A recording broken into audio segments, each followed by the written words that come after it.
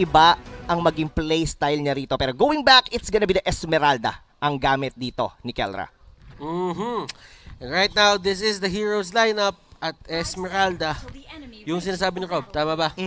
Esmeralda sinasabi ni Rob, and this is going to be interesting kasi mayroong dalawang late game hero dito, yung side ng Execration. How will Onyx take advantage of that and win this early for their side? Si Chakno, yung Diamond, yung Void Crystal rather, nandun din, and si KelVJ pumok din at nasaktan ang dapat masaktan sa side ng Onyx. At as early as level 1, and si Chakno pumasok na lang dito. Talagang yan yung plano nila eh. Huwag pag-farmin ng mabilis dito si Hate at pilitin siyang lumabas or pilitin siyang magkaroon ng onting delay. Sakit nung poke damage ni no? Nung ni Jay with the Soul Bloom, muntik-puntik pa doon si Chakno ma-force yung kanyang sprint. Pero mukhang ganun nga ang mangyayari dito. Butters, Skyrie gonna be farming the minions sa may gitna. Meanwhile, Hate, he's just gonna go for the jungle. And in terms of power spike, I'm really looking towards dito for the side of Onyx PH to make the first move against Execration. And si Dilar, sinasapak-sapak ni Renjo, and alam ni Renjo dito na meron lang siyang certain time or certain window para harasin ng ganito ang isang Uranus, at para doon naman alalayan si Jay. Para alalayan dito si Dilar, papasok si Jay doon sa may area, and si Hate nandito na rin sa may side na kayang-kaya nila dive in dito yung Pakito if gugustuhin nila eh. Kailangan din talaga bigyan ng assistance dito ng yung Pakito dito ng Execration. Kasi regardless na meron siya yung execute, hindi niya ma-maximize yun dahil sinamahan kagad ng dalawang members dito ng Onyx, si Dilar. Which is, yun yung power spike ng isang Pakito eh. Kayang-kaya mong i-zone out ang isang Uranus having the Pakito pagka meron kang execute. So, pero once na mag-hit ng level 4 ang Uranus, it's gonna be a different story. Kasi mariregen niya na yung mga initial damage na ibabato mo sa kanya on the lane. Pero so far, Onyx PH, they're the one to control the tempo dito sa early stages of the game, and they might want to take the first turtle.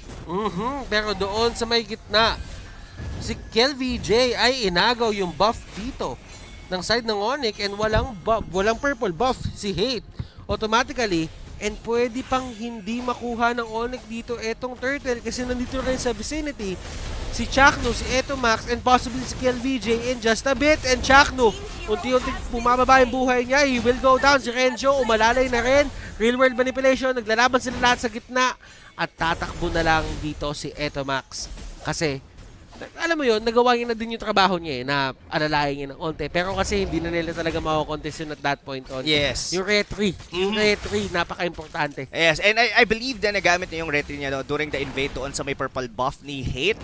And wow, that was 2 objectives been secured, or rather a kill and an objective secured here by Onyx PH, getting the turtle and a kill as well on Chakno. So medyo medyo passive in a way in terms of kill. Medyo mabagal yung game natin. Pero kung titignan mo in terms of gold, this is almost a 1,500 lead for the side of Onyx PH, and uncontested din si Iyakno doon sa may top lane. Andito na yung danger nila Dilar na pwede nilang pasukin dito si Renzo Butters. At kayang-kaya nilang gawin to. Meron silang Hate. Meron silang nagpapunish ng mga matataas na buhay na heroes. Pero andun pa rin si Hate sa may area, tatakbo na lang siya. Alam nilang hindi na nila kakayanin. Si Dilar pumasok pa. Gusto niya talaga harasin as much as possible or pauwiin dito si Renjo, pero Renjo coming in at siya pa ang nabaliktad. Sinarado yung mall, Butters. Nilagay yung Guardian's Barrier here. Siguro inisip ni Dilar na nakauwi na si Renjo, pero at the end of the day, dumating pa rin doon si Etomax. Wow, Chakno using that Guardian's Barrier, halting na yung pag-escape doon ni Dilar, pero at this point, medyo nababawi ng Execration yung early lead na nakuha ng Onyx PH. Pero hindi pa natin nakikita yung yung full potential ng isang Hayabusa. This is a Hayabusa with an execute, and hindi pa rin siya namamatay. Meaning, nakakapag-farm si Kyrie with this assassin. Key to victory, Chak Mamba. Nakuha ni Chakno yung kanyang hero, and he becomes a Chak Mamba. Mamba in. Pero ito na, Turtle will spawn right now. Who will be the one to take this one? Itong dalawa dito sa baba, talagang pwede mo nang iwan sila dyan eh. Talagang silang dalawa lang ang magtatapat, pero ang unang makakaresponde sa Turtle, it's gonna be Renzo. who will take this one? Ang ganda ng pag-zone out dito ni Jackno. And Turtle has been slain. Makukuha yon ng isang Kagura. Blazing Duet. Kailangan nagbato ng Falling Star Moon. Wala siyang mahabol.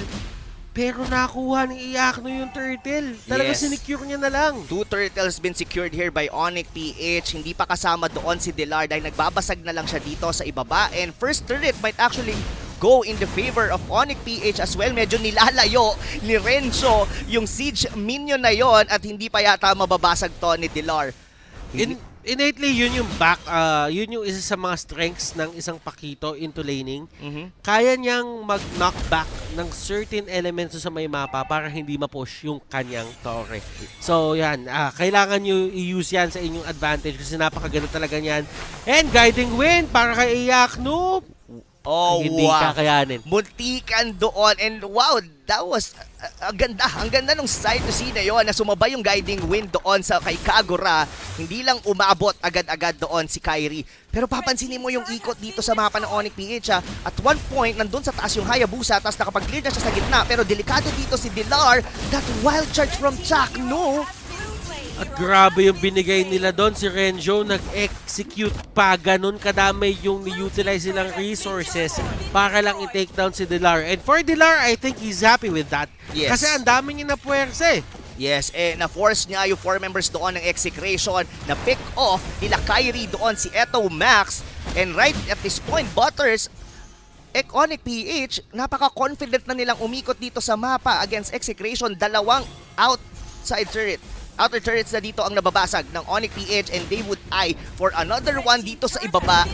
Pero kasi, Butters, KLVJ, hindi pa natin nararamdaman yung presence niya dito kasi hindi pa naman kailangan. He just needs to farm. He just needs to stay out of the way dahil ang power spike right now in the mid game is on Onyx PH side. Nandito yung mga assassin nila, nandito rin yung Roger, pero kailangan pa rin sumuntok dito ng Execration katulad niyan. And Delar binatuhan ng Falling Star Moon. Pero luckily for him, merong Guiding Wind para isalba siya doon. Makukuha na naman ng Onyx yung Turtle, pero ngayon para kay Hate na. And Hate, masaya siya dyan kasi kaya niya maging aggressive with the protection of the Turtle buff. Grabe yung ginagawa ni Kyrie Butters. Kinut niya yung minion wave doon sa taas. Inultihan niya agad. Then nagre-respond na kagad siya papunta dito sa ibaba. This is gonna be very scary for the side of Execration kasi ang bilis. Sobra ng minion wave clear ng Onyx PH at kaya nilang magsama-sama agad to the point yung ibang members kailangan pang mag-depend on the other lanes. And sila Renzo, na-relegate siya na mag-defend ng taas, pero Onyx, lahat sila, 5 sila, andito sa may baba. And tignan natin, Renzo, tumatakbo na, papunta dito sa lane na to, dun sa may bottom lane, para kahit paano magbigay suporta sa kanilang, sa kanyang mga team members. Kasi sa totoo lang, it's all about the numbers game at this point. Kapag 3-2 yung score nyo, wala pa talaga nakakuha ng lamang ng todo, numbers game pa rin ang nakikita natin dyan. Oh! Pero Iakno! With the play! Pumasok siya dito! Payong kaibigan! Eto Max, real world manipulation, and look at this, the collapse! Iakno making the play! Wow, that play coming from the Kagura. Wala kasing pang disengage yung Execration. Nagsimula yon sa pagpilit or rather na force ni Jay yung wild chart ni Jackno doon sa may bottom lane that resulted doon sa kill na yon na nagawa nung Kagura. Hindi sila nakaalis from that position dahil wala ngang pang-cancel dito yung Grak. So, isang mabilis lang, Butters. 7,000 agad ang naging lead ng Onyx. At kung mapapansin mo, Rob, ganito yung nangyari doon. Kanina yung Veil, ganyan na ganyan yung ginagawa. And it was Iakno returning the favor. Binalik niya lang talaga yung pabor. Sabi niya, ganito yung ginagawa niya sa amin kanino. Ang linis, Butters. Ito lang ang gusto kong sabihin dito. What characteristic I can see or Onyx PH right now on this gameplay. Ang linis ng laro nila. This is totally different from what they have during game 1. And at this point, even with Delar on that position, kaya nilang subukan or they actually have a high chance to be able to secure the first Lord. Pero hindi pa, like time and time, sinasabi ko, yung Claude LVJ, hindi pa natin nararamdaman. Pero kailangan niyang dumating at the right time. This might be it. Jackno could provide vision dito or Will Execration just simply give the First Lord? Kaya pa rin naman nila tong depensahan kesa ma-wipe out sila ulit katulad sa nangyari kanina. And Lord has been slain. Si Hate, nagawa niya na yung trabaho niya. Pero sa may pinakalikod, si Dilar nahuli dito. And ang dami ginamit na resources para i-take down lang siya. At doon sa point na yon, si Execration ay tumatakbo pataas. Si Kyrie, nagkakaroon siya ng onting window. Para makapag-push.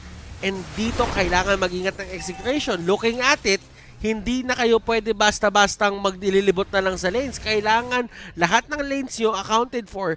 Kasi kapag hindi, merong mga opportunities ang isang Hayabusa na mag-split push na lang. Oo, halos kalahati nga yung nabawas doon sa may base turret sa may top lane ng Execration. Not only that, Iyakno did invade or get the purple buff against Execration, and the Lord is still alive here on the mid lane. Paanong depensa ang gagawin dito ng Execration? May bakbakan kaagad si Kyrie pati si Renzo sa may taas. Grabe ginagawa ni Kyrie dito. In, out, left, right, up, down. Parang kontra yun. Lahat pinakita niya. I mean, ano yan eh, 4 sides yun eh. 4 sides, The tama. the north, the south, the east, the west. Tama naman. Kala ko up, up, down, down, left, right. But speaking of left to the right, look at that Guardian's Barrier. Magagamit ito ni Chaknu to be able to secure a kill against dito sa Matilda ni Jay. Pero Onyx PH, they doesn't really care. Hindi pa rin sila umaalis sa vicinity waters dahil feeling ko kaya nilang i-choke out ngayon ang Execration in terms of resources. At si Jay nandun sa baba. Nawala na siya ng malay bigla. Ito sinasabi natin eh, yung mga ganyang hero, never talaga pwedeng mag-overextend eh, kahit onti lang. Kasi yun yung power ng isang Grok, na kaya niyang mag-wild charge sa'yo at kapag nahuli ka doon, sabihin mo na lang, paalam. Paalam. Pero alam mo, Terzat, looking at the items right now, 10,000 ang gold dito ni Hate. Meanwhile, for KelVJ, it's almost roughly 7,000, almost 3,000 ang difference, at least 1 or 2 items. Dito yung head-to-head comparison natin with the jungler. Pero ito na naman, maliit na naman ang pwesto rito ng Execration. Nagkakadikit-dikit sila dito. Delikado na naman sila.